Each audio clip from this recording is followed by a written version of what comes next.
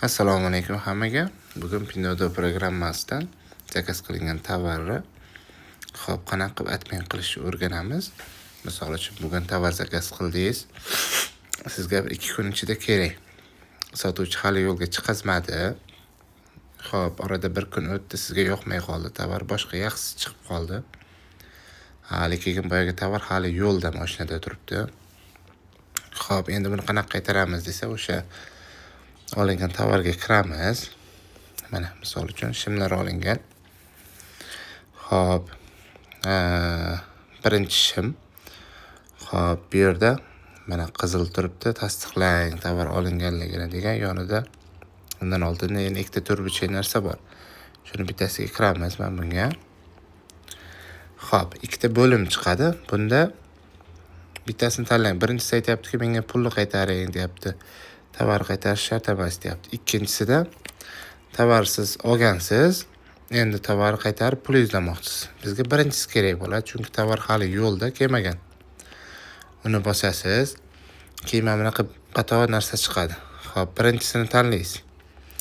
Hali qabul qilinmagan tovar bo'ladi, birinchisini tanlaysiz yana. Sababi nima deyapti? Sababiga kirasizda birinchisini bosib qo'yaverasiz taxminan. Kerak emas, yoqmayapti deysiz.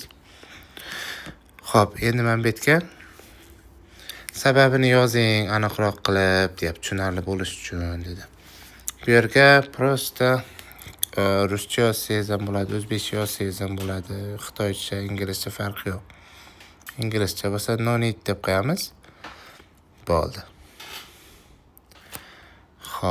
No need bo'ldi. Endi mana uje pulni qaytarish nimasida bo'lyapti? 35 soat va 59 minutdan keyin pulimizni qaytarib beradi bu sotuvchi. Ba'zida sirazi 2 minut, 1 minut ichida ham hal bo'ladigan narsa. Mana obnovit qilib olamiz. Sotuvchi ko'rib admin qilib beradi bizga, pulimizni qaytarib. Muammo bo'lmaydi. Siz bu yerda sotuvchiga yozib, men sizga tovarni qaytarib beraman, pulimni qaytarib ber deganingiz foydasi yo'q. Mana shu programmadan bitta atkaz berasiz, bo'ldi. Tezlashtirmoqchi bo'lsangiz, ekran eng pastida qizil tugmacha bor. O'sha qizil tugmani bir bosasiz yana programmani o'zi, Pinduoduo programmasining o'zi sizga pulingizni qaytarib beradi. Bo'lmasa 2 marta bosing yoki 3 marta bosing. Bu yerda aytayapti-ki, bu hozir deyapti. Hozirgi holati nimani qaytarishga ruxsat bermaydi deyapti. Shangpen Yunjong Shangjiang Lianxi Wuliao Jeda Shangpen. Aytayapti-ki, hozir tovar yo'lda. Sotuvchi boyagi o'zbekchasiga nima bo'ladi? Kuryerga, ruscha bo'ladi, kuryerga aytib, tovar qaytarib oladi, pulingiz qaytarib beradi deyapti.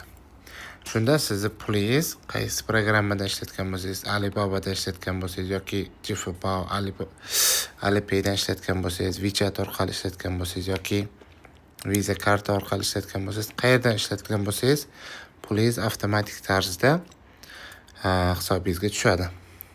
Tezroq tushishini xohlasangiz, yana o'sha ekran pastdagi qizil tugmani yana bosasiz.